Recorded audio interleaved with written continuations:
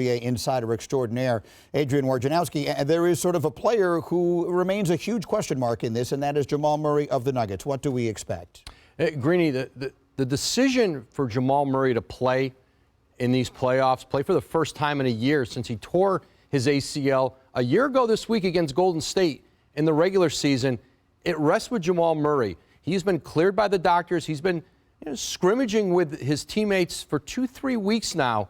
He's looked good, but the organization has left it in his hands. When he tells them he's ready, then he's ready.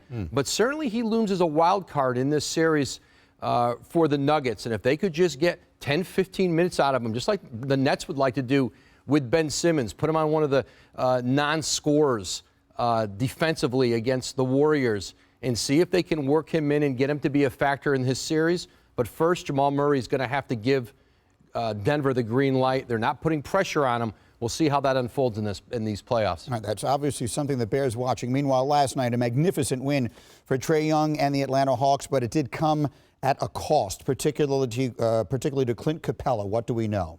Yeah, Atlanta's starting center, I'm told, he's going to be out at least a week. They're going to reevaluate that right knee in a week, but that's going to take him at least through Game 4. And this is probably a 1 to 2 week injury, potentially, I'm told, which is likely going to rule him out against Miami in a series where certainly Atlanta is an 8th seed, is likely going to struggle. But they may get tomorrow John Collins back. He's been out about a month with a foot and a finger injury. He was upgraded today to questionable. I'm told he's going to try to play tomorrow. Certainly helps them offensively.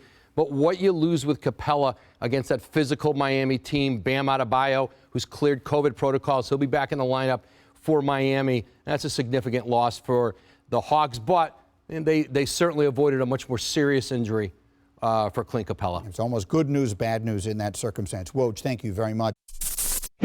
Thank you for watching ESPN on YouTube. For live streaming sports and premium content, subscribe to ESPN+.